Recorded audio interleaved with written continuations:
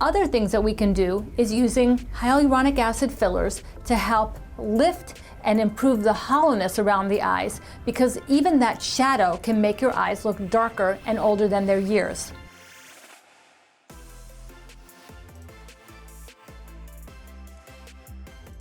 Aging of the skin around the eyes is one of the biggest concerns my patients have.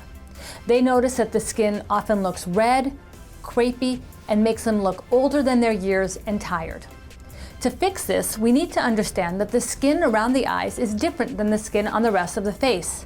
It's thinner and it's more sensitive and has a thick network of blood vessels.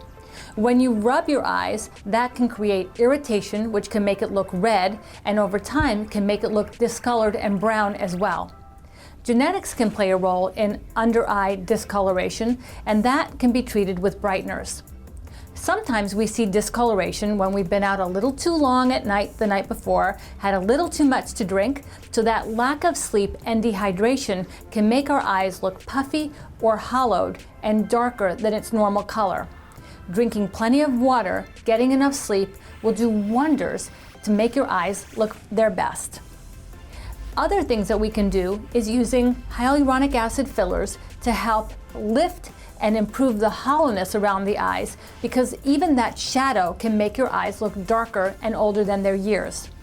It's important to see a well-trained aesthetic physician to have this procedure done, because many times by addressing other areas of face, like the mid-face, can improve that area without directly touching it. Ingredients I like for under the eye area are ingredients like hyaluronic acid, retinoic acid, which is vitamin A, which helps strengthen the skin and make it younger, and other ingredients are caffeine and niacinamide. These help even out skin tone and rejuvenate this very delicate, very sensitive skin around the eyes.